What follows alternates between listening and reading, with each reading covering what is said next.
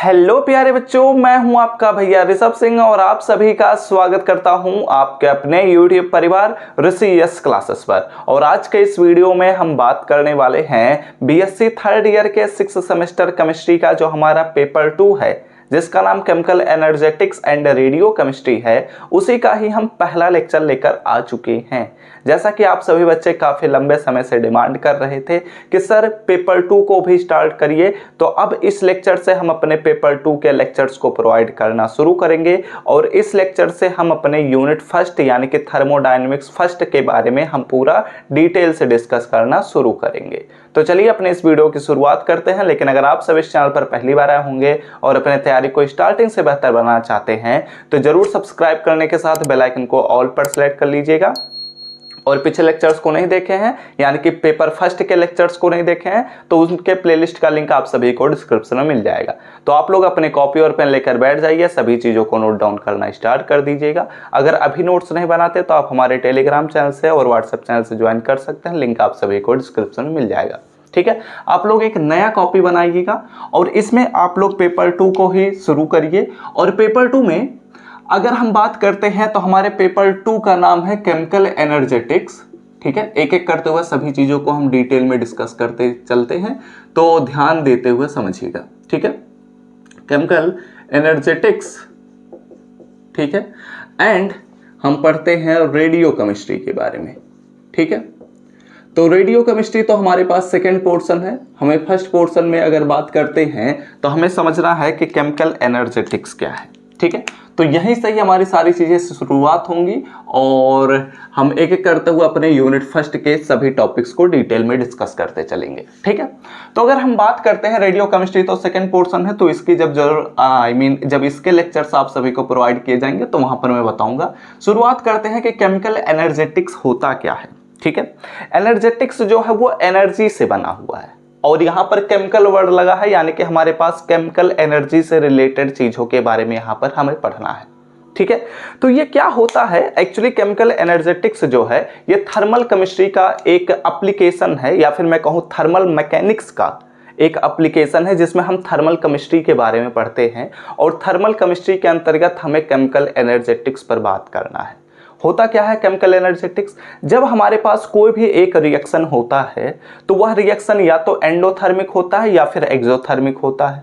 It means कि हमारे पास कोई भी रिएक्शन हो रहा है तो वह या तो एनर्जी को एब्जॉर्ब करेगा या फिर वह रिलीज करेगा।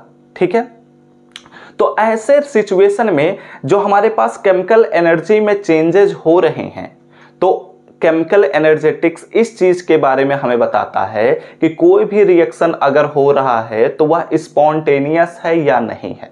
अब ये स्पॉन्टेनियस का मतलब क्या होता है, पहले इसके बारे में जानते हैं। स्पॉन्टेनियस एक वर्ड है और इसका मतलब यह है कि कोई भी रिएक्शन अगर हो रहा है तो वह क्या स्वयं से हो रहा है, खुद से हो रहा है या नहीं हो रहा है। इसी के बारे में ही केमिकल एनर्जेटिक्स हमें पूरी चीज़ों के बारे में बताता है। वैसे केमिकल एनर्जेटिक्स को मैंने बहुत ही कम शब्दों में समझा दिया, लेकिन यह बहुत ही ब्रॉड स्पेक्ट्रम कह सकते हैं या फिर बहुत ही ब्रॉड एक टॉपिक है। ठीक है, जिसके बारे में हम पूरे यूनिट के अंतर्गत ही डिस्कस करते आएंगे। ठीक है, चलेंगे इसके बारे में। तो चलिए शुरुआत करते हैं और एक एक करते हुए हम बात करते हैं। तो आप लोग पहले यही बातें लिख लीजिए कि केमिकल एनर्जेटिक्स एक्चुअली होता क्या है। ठीक है, तो यहां पर आप शुरुआत करिएगा द स्टडी ऑफ, ठीक है, the study of chemical energetics, chemical energetics. ठीक है, अभी हम अपने यूनिट फर्स्ट की स्टार्टिंग नहीं किए हैं, अभी हम केवल अपने पेपर के बारे में लिख रहे हैं। ठीक है, तो ध्यान दीजिएगा। The study of deals with the energy change, ठीक है, या फिर चेंज इन एनर्जी भी लिखा जा सकता है, energy change during a chemical reaction. ठीक है, कोई भी एक केमिकल रिएक्शन हो रहा है तो उस रिएक्शन के दौरान जो हमारे पास केमिकल एनर्जी में चेंजेस होते हैं उसी का ही अध्ययन करता है केमिकल एनर्जेटिक्स। ठीक है, या फिर केमिकल एनर्जेटिक्स के अंतर्गत हम उसी के बारे में पढ़ते हैं। ठीक है, तो यहाँ पर आप लोग ऐसे भी लिख लीजिएगा, कुछ और शब्दों में हम इसे बयां करने की कोशिश करते हैं। तो ड्यूरिंग, ठीक है, during a chemical reaction chemical reaction, ठीक है, रिएक्शन इज आइदर हमारा जो रिएक्शन होता है वह या तो एनर्जी को एब्जॉर्ब करता है या फिर रिलीज करता है। तो लिख लीजिए आप लोग, ड्यूरिंग अ केमिकल रिएक्शन, यहां पर आप लोग ऐसे लिखिए, during a chemical reaction the energy, ठीक है, the energy is either absorbed और रिलीज्ड, ठीक है, या फिर एब्जॉर्ब किया जाता है या फिर रिलीज किया जाता है, ठीक है। तो हमारे पास जो केमिकल एनर्जेटिक्स है, ठीक है, यहां पर आप लोग ऐसे लिखिएगा, केमिकल एनर्जेटिक्स टेल्स अस, ठीक है, tells us the chemical energetics tells us that a chemical reaction, ठीक है, a chemical reaction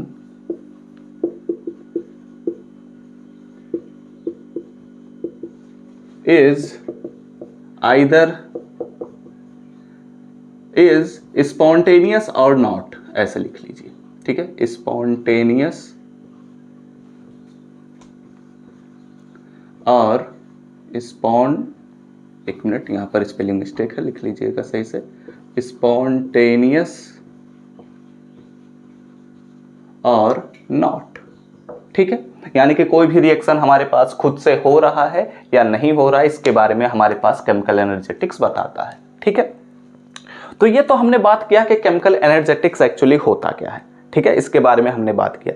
अब हम शुरुआत करते हैं अपने यूनिट फर्स्ट से, और उसका नाम है थर्मोडायनेमिक्स। और थर्मोडायनेमिक्स में अगर हम बातें करते हैं तो थर्मोडायनेमिक्स में हमें बहुत सारी चीज़ों के बारे में पढ़ना पड़ता है, ठीक है। लेकिन अगर हम नॉर्मली समझने का प्रयास करते हैं तो शुरुआत से ही अगर हम समझेंगे तो कोई भी हमारे पास सबस्टेंस है, ठीक है, कोई भी हमारे पास सबस्टेंस है, और हम जानते हैं हमारे पास आइंस्टीन ने एक हमारे पास फार्मूला दिया था, E = mc², यानी कि अगर कोई भी सबस्टेंस है तो उसके पास एनर्जी तो रहेगा ही रहेगा, ठीक है।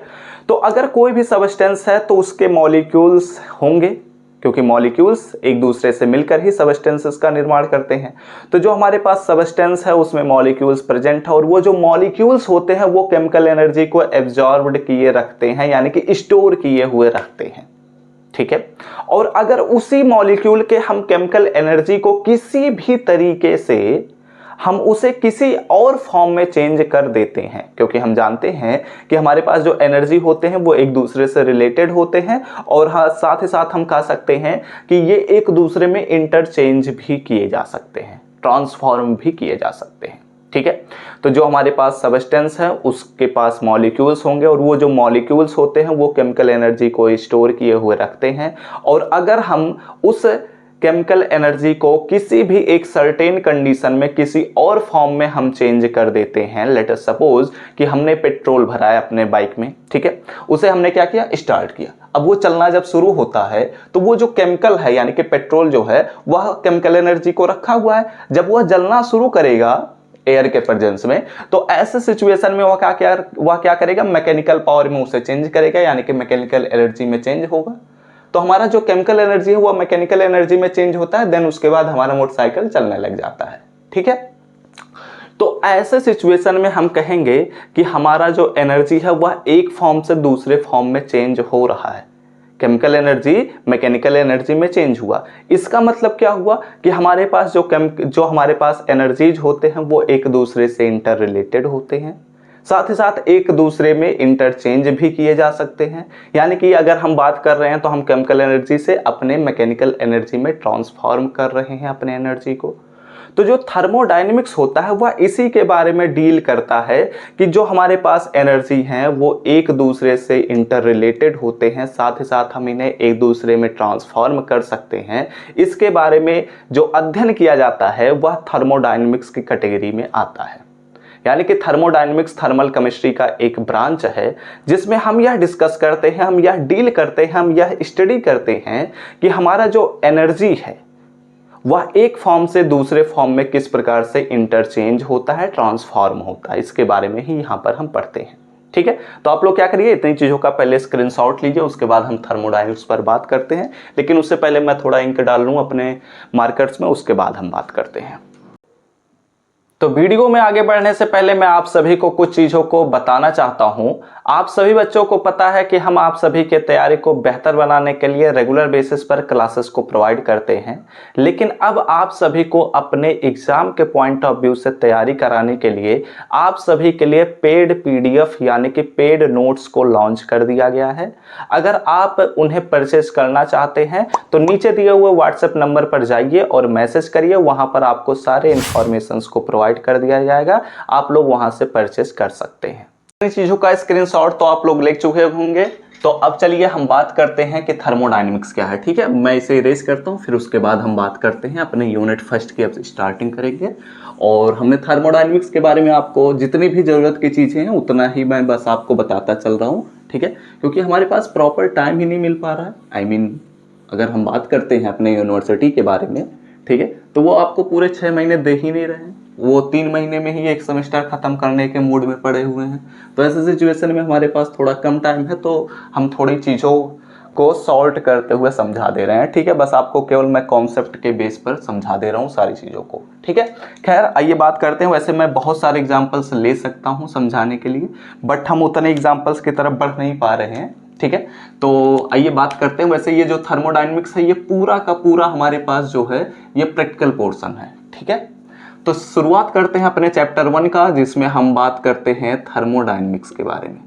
ठीक है, तो थर्मोडायनेमिक्स, ओके। और हमारे पास जो चैप्टर 1 है उसमें हम थर्मोडायनेमिक्स फर्स्ट के बारे में पढ़ेंगे, यानी कि थर्मोडायनेमिक्स को 2 पोर्शन में तोड़ा गया है, जिसमें हम पहले यूनिट के अंतर्गत थर्मोडायनेमिक्स फर्स्ट लॉ पर बात करते हैं और अपने सेकेंड यूनिट के अंतर्गत हम थर्मोडायनेमिक्स सेकेंड लॉ और अपने थर्ड लॉ पर भी बात करते हैं। ठीक है, तो चलिए बात करते हैं थर्मोडायनेमिक्स के बारे में। मैंने आपको समझा ही दिया है सारी चीज़ों को, तो यहाँ पर आप लोग लिख लीजिएगा कि थर्मोडायनेमिक्स, ठीक है, thermodynamics is the branch, ठीक है, ब्रांच लिख लीजिए, एप्लीकेशन लिख लीजिए, पार्ट लिख लीजिए, कोई भी वर्ड लिख सकते हैं। तो thermodynamics is the branch of thermal chemistry. ठीक है, ये थर्मल केमिस्ट्री का ही एक ब्रांच है, ध्यान रखना। ठीक है, थर्मल फिजिक्स भी लिख सकते हैं, थर्मल मैकेनिक्स भी लिख सकते हैं। ठीक है, या फिर आप थर्मल केमिस्ट्री लिख लीजिए। एक्चुअली अगर हम बात करते हैं, एक मिनट में समझाता हूं, थर्मल केमिस्ट्री। ठीक है, एक्चुअली जो हमारे पास ये सभी आप लोग थर्मल केमिस्ट्री अभी मैंने वर्ड लिया है, तो आप लोग फिजिक्स के अगर स्टूडेंट हैं तो आप लोग थर्मल फिजिक्स के अंतर्गत भी थर्मोडायनेमिक्स के बारे में पढ़े होंगे।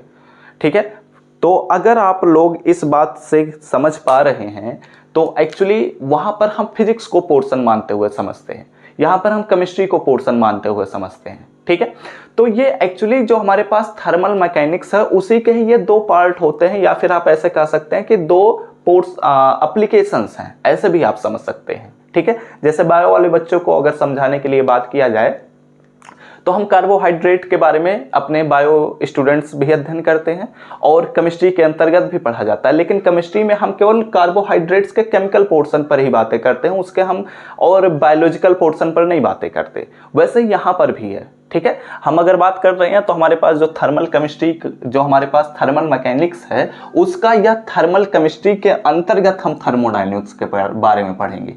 ठीक है, तो ये बातें क्लियर हो गई होंगी। तो thermodynamics is the branch of thermal chemistry in which, ठीक है, जिसमें इन व्हिच वी स्टडी, ठीक है, in which we study about the transformation, ठीक है, अबाउट द ट्रांसफॉर्मेशन, ठीक है, about the transformation, okay, in which we study about the transformation of energies, ठीक है, energies from one form into another form, ठीक है, another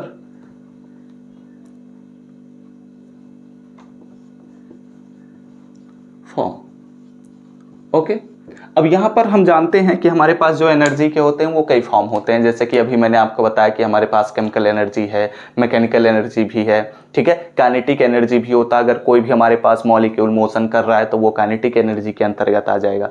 कोई भी अगर हमारे पास पार्टिकल है वह किसी हाइट पर रख दिया गया है तो उसमें पोटेंशियल एनर्जी भी आ जाता है, ठीक है। तो ये सभी क्या है, हमारे पास एनर्जीज के डिफरेंट फॉर्म्स हैं और इसके बारे में तो हम बहुत ही बेसिक लेवल से ही पढ़ते आ रहे हैं, ठीक है। तो अब यहाँ पर जब हम थर्मोडायनेमिक्स के बारे में इतनी बातों को समझ चुके हैं तो अब हमें थर्मोडायनेमिक्स के अंतर्गत कुछ टर्म्स के बारे में पढ़ना पड़ता है। कहने का क्या मतलब है कि हमें पढ़ना पड़ेगा सिस्टम के बारे में, सराउंडिंग्स के बारे में, और एक छोटा सा पोर्शन होता है जिसे हम कहते हैं बाउंड्री, ठीक है, जो कि सिस्टम एंड सराउंडिंग को डिफरेंशिएट करता है। तो पहले यहीं से ही शुरुआत करेंगे और उसके बाद हम सिस्टम के अंतर्गत अपने टाइप्स ऑफ सिस्टम पर भी बातें करेंगे, ठीक है। तो चलिए आप लोग अब अपने कॉपी में नेक्स्ट हेडिंग दीजिएगा, सिस्टम एंड सराउंडिंग, ठीक है, सिस्टम एंड सराउंडिंग्स, ठीक है। अब इसके बारे में हम पढ़ लेते हैं कि सिस्टम एंड सराउंडिंग्स क्या होते हैं, इनके बारे में हम पूरा डिटेल में डिस्कस करेंगे।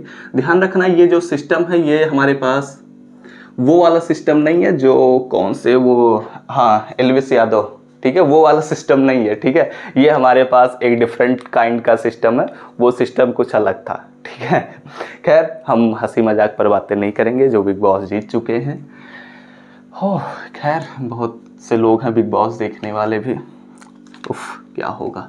खैर आइए बातें करते हैं कि सिस्टम एंड सराउंडिंग्स क्या होता है। अगर हम सिस्टम एंड सराउंडिंग्स पर बातें करते हैं तो पहले डिफिनीशन लिखने से पहले हम इसका कॉन्सेप्ट समझ लेते हैं, क्योंकि बहुत ही इंपॉर्टेंट कॉन्सेप्ट है और बहुत ही इजी कॉन्सेप्ट है, बट काफ़ी बच्चे इसको समझ ही नहीं पाते हैं, ठीक है। तो सिस्टम को अगर समझना है तो बहुत ही आसान से शब्दों में सुनिएगा। एक आप बॉटल ले लीजिए, ठीक है, कोई भी बॉटल हो सकता है, जग भी ले सकते हैं, गिलास भी ले सकते हैं, ठीक है। उसमें आप पानी भर लीजिए, पानी नहीं भरना मिट्टी भर दीजिए, मिट्टी भी नहीं भरना तेल भर दीजिए, तेल भी नहीं भरना आप उसमें बालू भर दीजिए, ठीक है, कुछ भी मतलब उसमें आप भर सकते हैं, ठीक है। अब जब वो भर चुका है, पूरा जरूरी नहीं है कि एकदम फुल ही करना है, आधा भी हो सकता है, थोड़ा भी हो सकता है। अब उस जग में या बॉटल में जो भी आप लिए हैं, मैं सपोज करता हूं कि मैं बॉटल ले लिया हूं, ठीक है। अब उस बॉटल में अगर मैंने पानी भर दिया तो वह जो हमारे पास बना हुआ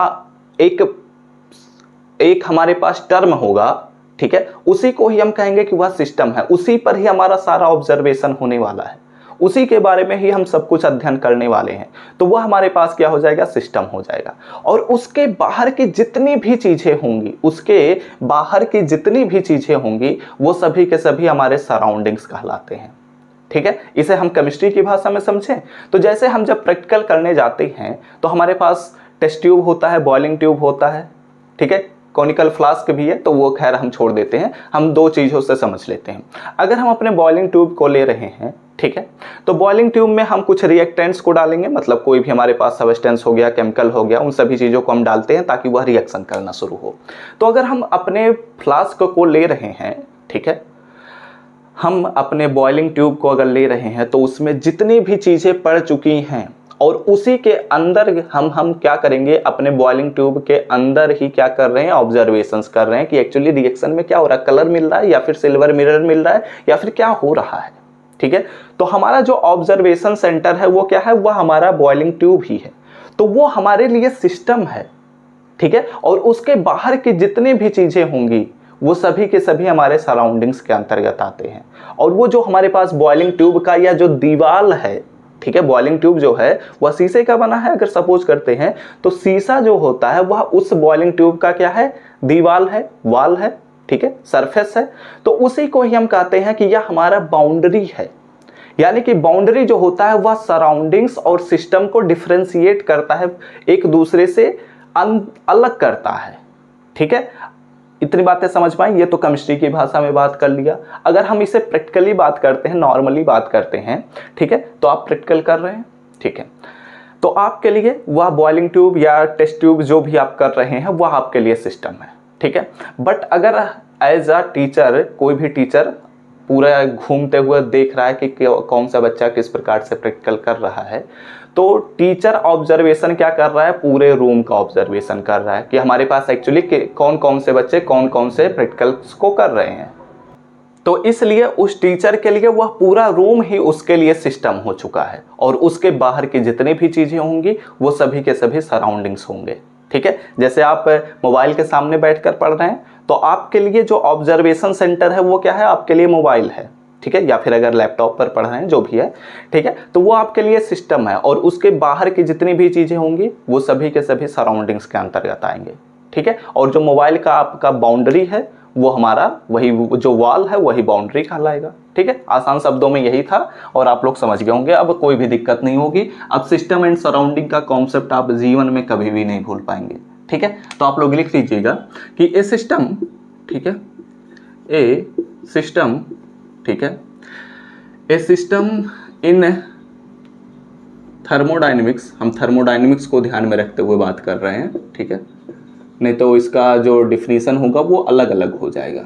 ठीक है, लेकिन हम थर्मोडायनेमिक्स के अंतर्गत बात करेंगे तो हम अपने केवल कौन जो हमारे पास टेस्ट ट्यूब है, बॉइलिंग ट्यूब है, अगर हम केमिस्ट्री के अंतर्गत बात कर रहे हैं तो हम इसी चीज को ध्यान में रखेंगे। ठीक है, तो ए सिस्टम इन थर्मोडायनेमिक्स, ठीक है, is a system in thermodynamics is the part of universe, ठीक है, is the part of universe in which, ठीक है, in which all the observations, ठीक है, all the observations are made। ठीक है, तो उसको ही हम क्या कहते हैं, उसी को ही हम कहते हैं कि वह सिस्टम है। ठीक है, यहां पर एक लाइन और ऐसे बढ़ा लीजिएगा, एक्सेप्ट, ठीक है, एक्सेप्ट द सिस्टम, ठीक है, एक्सेप्ट द सिस्टम। अगर हम सिस्टम के अलावा चीजों पर बातें कर रहे हैं तो except the system all the universe, ठीक है, all the universe is known, तो उसको हम कहते हैं कि वह हमारे पास क्या है, सराउंडिंग है। ठीक है, is known surrounding. Okay, are you getting my point, समझ के होंगे इतनी बातों को। तो इसका मतलब क्या हुआ कि अगर हम सिस्टम और सराउंडिंग का एडिशन कर दे रहे हैं, एडिशन कहने का मतलब ये नहीं है कि हम इन्हें जोड़ रहे हैं। ठीक है, ऐसे कहने का मतलब है कि हम सिस्टम को हटा दे रहे हैं। ठीक है, और हमारे पास सराउंडिंग है, तो सिस्टम एंड सराउंडिंग एक दूसरे से जब मिल जाएंगे, यानी कि इन दोनों में हम कुछ भी डिफ्रेंशिएट नहीं कर पा रहे हैं, यानी कि इसमें हमारे पास बाउंड्री प्रेजेंट नहीं है, तो ऐसे सिचुएशन में हमारा जो पूरा सराउंडिंग होगा और जो हमारा छोटा सा या फिर जितना भी बड़ा हमारे पास सिस्टम है, वो सभी जब एक दूसरे से मिल जाएंगे तो वो बना देंगे हमारा पूरा का पूरा यूनिवर्स। ठीक है, ओके, चलिए, तो इसलिए हम यहाँ पर एक लाइन लिख सकते हैं कि जो हमारे पास यूनिवर्स होता है, ठीक है, यूनिवर्स यानी कि हमारे पास जो पूरा ब्रह्मांड है वह सिस्टम एंड सराउंडिंग का क्या है, एडिशन है, यानी कि कॉम्बिनेशन है, ऐसे भी कहा जा सकता है। ठीक है, ओके, यानी कि इनका ही यूनियन होता है, ऐसे भी कहा जा सकता है, मैथमेटिकल टर्म हमारे पास यूनियन होता है। ठीक है, okay, are you getting my point. अगर आप छोटा सा फिगर बनाना चाहें तो ऐसे भी बना सकते हैं, यहाँ पर मैं बना देता हूँ। ठीक है, कुछ भी बना सकते हैं। वैसे हमारे पास ऐसे एक सपोज कर लेते हैं, तो ये हमारे पास जो बना हुआ है इसे हम कहेंगे कि ये हमारे पास है सिस्टम। ठीक है, एंड इसके बाहर के जितने भी हमारे पास पोर्शन हैं वो हमारे पास कहलाएंगे सराउंडिंग। ओके, एंड ये जो हमारे पास पोर्शन है इसको हम कहते हैं कि यह हमारे पास है बाउंड्री। ठीक है, क्या है, बाउंड्री है। Okay, are you getting my point. तो आप लोग क्या करिए, इतनी चीजों का स्क्रीनशॉट ले लीजिए, उसके बाद मैं आपको बाउंड्री का भी डिफिनीशन लिखवा देता हूं, फिर उसके बाद हम बढ़ते हैं कि टाइप्स ऑफ सिस्टम्स क्या है। ठीक है, तो take the screenshot. Okay, screenshot हो चुका होगा, मैं जानता हूं, अरे मास्टर हैं आप लोग इन चीजों में, छापने में ही मास्टर हैं, पढ़ने में भी मास्टर हो जाइए। ठीक है, अच्छा, हाँ हाँ, मैं पढ़ाऊँगा तो आप लोग मास्टर हो जाएंगे, मुझे भी पता है, ठीक है, इसीलिए तो मैं पढ़ा रहा हूँ, अच्छे से पढ़ा रहा हूँ, एक एक चीज़ को मैं बता रहा हूँ, ठीक है, फिजिकली भी बता रहा हूँ, केमिकली भी बता रहा हूँ, ताकि आप लोग कभी भी इन चीज़ों में कन्फ्यूज ना हो। ओके, स्क्रीनशॉट हो चुका होगा, मैं छाप चुके होंगे, तो अब मैं इसे इरेज करता हूँ, फिर उसके बाद मैं बाउंड्री का डिफिनीशन लिखवा देता हूँ। देन आप जानते ही हैं कि हम टाइप्स ऑफ सिस्टम पर भी बातें कर लेते हैं। वैसे इतना समय नहीं लगना चाहिए था इन चीज़ों को डिस्कस करने में, क्योंकि आप लोग ऑलरेडी पढ़े भी होते हैं, बट ये फिजिकल केमिस्ट्री यहाँ से स्टार्ट हो रहा है, तो ये फिजिकल केमिस्ट्री काफ़ी बच्चों को परेशान करता है।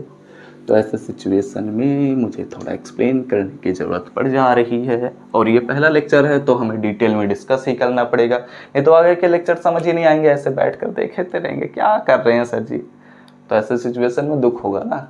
ठीक है, आइए बातें करते हैं। बाउंड्री पर अगर हम बात करते हैं तो ए वाल, ठीक है, या फिर ऐसे लिखिए दीवाल, ठीक है, दीवाल ये नहीं है, दीवाल, दी और वाल, ठीक है, दीवाल, ठीक है, which डिफरेंशिएट, ठीक है, डिफरेंशिएट दी सिस्टम, ठीक है, फ्रॉम सराउंडिंग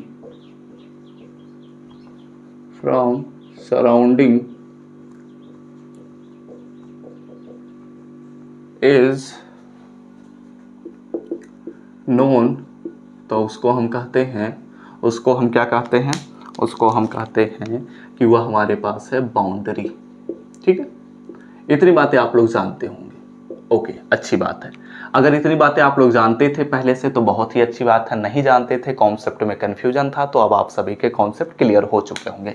तो अब हम बढ़ते हैं अपने अगले पॉइंट की तरफ, बिना हम किसी भी समय बर्बाद किए हुए यहाँ पर बढ़ते हैं, बिना ब्रेक लिए हुए, टाइप्स ऑफ सिस्टम के बारे में। ठीक है, तो अगर हम टाइप्स ऑफ सिस्टम पर बातें करते हैं, ठीक है, मैं फिर से लिख देता हूँ क्योंकि मुझे लग रहा है कि मैं सही से अच्छा हैंड राइटिंग से नहीं लिखा हूँ। ठीक है, टाइप्स ऑफ सिस्टम, ठीक है, वैसे पिछला वाला ही अच्छा था मुझे लग रहा है। खैर, आइए बातें करते हैं।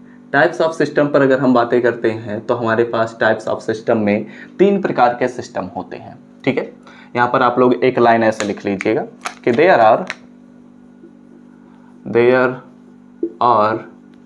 3 टाइप्स, ठीक है, there are 3 types of system.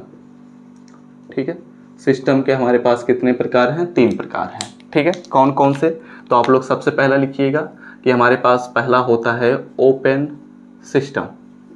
ठीक है, देन हमारे पास होता है सेकंड क्लोज सिस्टम, देन हमारे पास क्या होता है? आइसोलेटेड सिस्टम होता है। ठीक है, तो हमें पहले शुरुआत करना है ओपन सिस्टम से, तो यहाँ पर आप लोग क्या करिएगा, इसको हेडिंग बना लीजिए और ओपन सिस्टम से ही बातें करना शुरू करते हैं। ठीक है, तो देखो बच्चों, समझना इस बात को। ठीक है, अगर हम सिस्टम पर बात कर रहे हैं तो मैंने आपको बताया कि सिस्टम क्या है और सराउंडिंग्स क्या है। ठीक है, तो अगर हमारे पास जो सिस्टम है, ठीक है, जैसे कि एक वाटर बॉटल ले लीजिए, ठीक है, और उस वाटर बॉटल का ढक्कन जो है वो गायब हो चुका है, सपोज कर लेते हैं, और कोई और ढक्कन उसमें लगा नहीं सकते। ठीक है, तो ऐसा सिचुएशन में जो उस वाटर बॉटल में जो हमने गर्म पानी को रख लिया है, ठीक है, उस गर्म पानी को अब हम ढक्कन तो बंद नहीं किए हैं, तो उस गर्म पानी का जो एनर्जी है वो सराउंडिंग से क्या हो रहा है? इंटरचेंज हो सकता है, यानी कि एनर्जी जो है वो सराउंडिंग में निकल रहा है। ठीक है, तो हमारे पास जो एनर्जी है वह ट्रांसफर हो रहा है। ओके, इसका अगर हम मैटर पर बात कर रहे हैं तो इसका मैटर भी हमारे पास, यानी कि जो उसके अंदर हमने जो पानी को भरा है, गर्म पानी जो हमने भरा है, तो वो गर्म पानी का भी हम इंटरचेंज कर सकते हैं, यानी कि मैटर को भी हम एक सराउंडिंग के साथ यानी कि उड़ेल देते हैं अगर, तो हमारे पास जो पानी है वो बाहर निकल जाएगा। तो ऐसे सिचुएशन में हमारे पास जो यह सिस्टम होता है जिसमें हम मास और एनर्जी को ट्रांसफर कर सकते हैं सिस्टम एंड सराउंडिंग्स के बीच, तो उसी सिस्टम को ही हम कहते हैं कि यह ओपन सिस्टम है। ठीक है, अगर हम क्लोज सिस्टम पर बात करते हैं तो क्लोज सिस्टम में वही वाटर बॉटल, ढक्कन बंद कर दीजिए। ठीक है, और ऐसा एक वाटर बॉटल लीजिए जिसमें अब जब हमने ढक्कन बंद कर दिया तो अब हम उसे उड़ेलेंगे भी तो वो उसका मैटर जो है वो तो बाहर निकलेगा नहीं, उसका मास जो है वो बाहर तो जाएगा नहीं, यानी कि सराउंडिंग्स के साथ ट्रांसफर नहीं हो रहा है। लेकिन उसका जो एनर्जी है, अगर वाटर बॉटल ही ले रहे हैं या फिर कोई भी बॉटल लेते हैं, ठीक है, बट हमें थर्मो फ्लास्क नहीं लेना है, कोई और बॉटल लेते हैं जिसमें थर्मल एनर्जी जो है वो एक दूसरे से इंटरचेंज हो सकते हैं, ठीक है, यानी कि सिस्टम एंड सराउंडिंग्स के बीच, तो उसे हम कहते हैं कि यह क्लोज सिस्टम है। और अगर हमारे पास मैटर और एनर्जी दोनों ही ट्रांसफर नहीं हो सकते हैं तो ऐसा सिचुएशन में उसे हम कहते हैं कि वह आइसोलेटेड सिस्टम है, ठीक है। अब ये बातें आप लोग के दिमाग में चल रहा होगा, सर जी इतनी जल्दी जल्दी इन चीज़ों को क्यों समझा दिए? तो ये बातें बहुत ही बेसिक चीज़ें हैं, ठीक है, जो कि हम बहुत पहले से ही पढ़ते आ रहे हैं, बस सिस्टम में आप लोग कंफ्यूज होते हैं। लेकिन जो अब ये तीनों चीज़ें हम डिस्कस करेंगे इसमें आप कंफ्यूज कभी भी नहीं होते, ठीक है। तो इसलिए हम इन चीज़ों को तेज़ी से समझा दिए और इस चीज़ को बस फटाफट से लिख लीजिए जिससे हम अपने अगले टॉपिक की तरफ बढ़ सकें, ठीक है। तो ओपन सिस्टम में अगर बातें करते हैं तो इन ओपन सिस्टम, ठीक है, in open system there is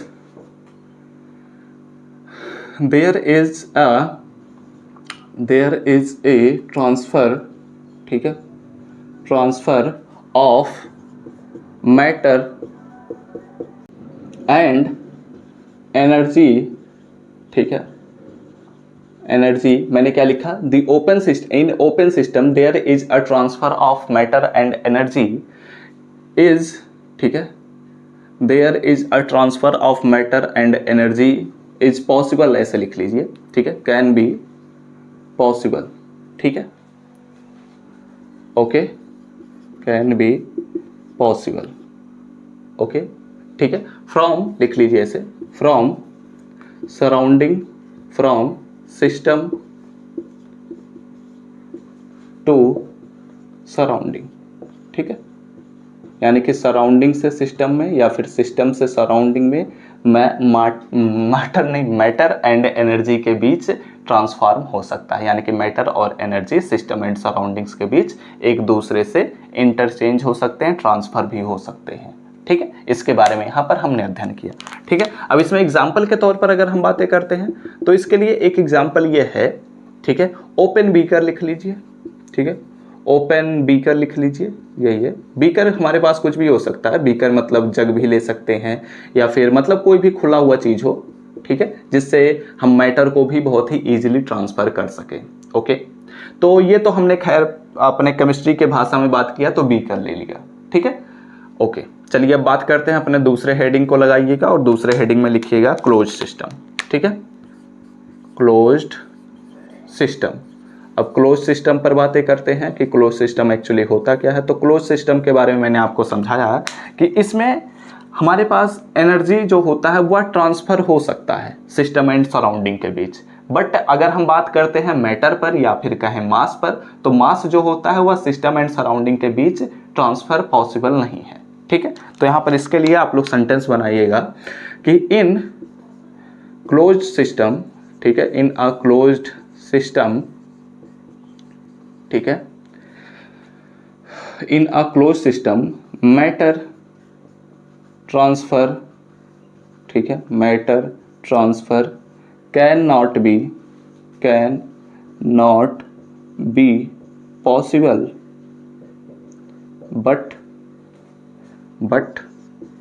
but अगर हम बात करते हैं तो हमारे पास जो एनर्जी होता है, एनर्जी कैन बी पॉसिबल, ठीक है, बट यहाँ पर आप ऐसे लिखिएगा, but energy transfer can be possible, ठीक है, बट एनर्जी ट्रांसफर, ठीक है। मैं सेंटेंसेस को अपने शब्दों में लिखवा दे रहा हूँ तो इसके लिए आपको परेशान होने की जरूरत नहीं है, कैन बी पॉसिबल, ठीक है, फ्रॉम सिस्टम टू सराउंडिंग्स, ठीक है, ओके, ठीक है। इतनी बातें आप लोग समझ के होंगे। तो इसके एग्जाम्पल के तौर पर आप लोग एक एग्जाम्पल लिख लीजिएगा जिसमें हम एग्जाम्पल के तौर पर डिस्कस कर लेते हैं। यहाँ पर हमने ओपन बीकर लिया था, इस बार हम ले लेते हैं क्लोज्ड बीकर, ठीक है, ओके एंड इसमें बहुत सारे एग्जांपल्स हो सकते हैं, तो बट हम यहाँ पर जनरली एक एग्जांपल ले रहे हैं जिसमें हमने क्लोज्ड व्हीकल ले लिया है। तो आप लोग क्या करिए, इतनी चीज़ों का स्क्रीनशॉट ले लीजिए। उसके बाद हम बात करते हैं कि हमारे पास आइसोलेटेड सिस्टम क्या होता है। ठीक है, ओके तो स्क्रीनशॉट लीजिए। उसके बाद हम बात करते हैं कि आइसोलेटेड सिस्टम क्या है, और फिर उसके बाद हम अपने अगले टॉपिक की तरफ बढ़ेंगे। ठीक है, आसान सी चीज़ें हैं, बस मैं आपको थोड़ा सा इस पर बहुत ज़्यादा समय नहीं बर्बाद करना चाहता हूँ, इसलिए मैं तेज़ी से इन चीज़ों को डिस्कस कर रहा हूँ। तो आप लोग इतनी चीज़ों का स्क्रीनशॉट ले चुके होंगे। तो अब हम बढ़ते हैं अपने आइसोलेटेड सिस्टम की तरफ। ठीक है, ओके अब हम डिस्कस कर लेते हैं कि हमारे पास आइसोलेटेड सिस्टम क्या होता है और वो open system and close system से किस प्रकार से डिफरेंट होता है। इन सभी चीज़ों के बारे में तो हम ऑलरेडी जानते ही हैं। ठीक है, बट यहाँ पर हम कुछ शब्दों में लिख लेते हैं, क्योंकि कई बार क्या होता है ना, बहुत ही इंपॉर्टेंट लाइन बन जाता है। क्यों? क्योंकि जब आपसे एग्जाम में यही बातें पूछ ली जाती हैं ना, तो आपको पता तो होता है बट आप सेंटेंसेस में इन चीज़ों को मेंशन नहीं कर पाते हैं, तो ऐसे सिचुएशन में नंबर कट जाता है। तो आप लोग थर्ड हेडिंग लगाइएगा। ठीक है, जिसमें हम डिस्कस कर लेते हैं कि आइसोलेटेड सिस्टम। ठीक है, तो अगर हम आइसोलेटेड सिस्टम पर बात कर रहे हैं तो इसमें क्या होता है कि इन आइसोलेटेड सिस्टम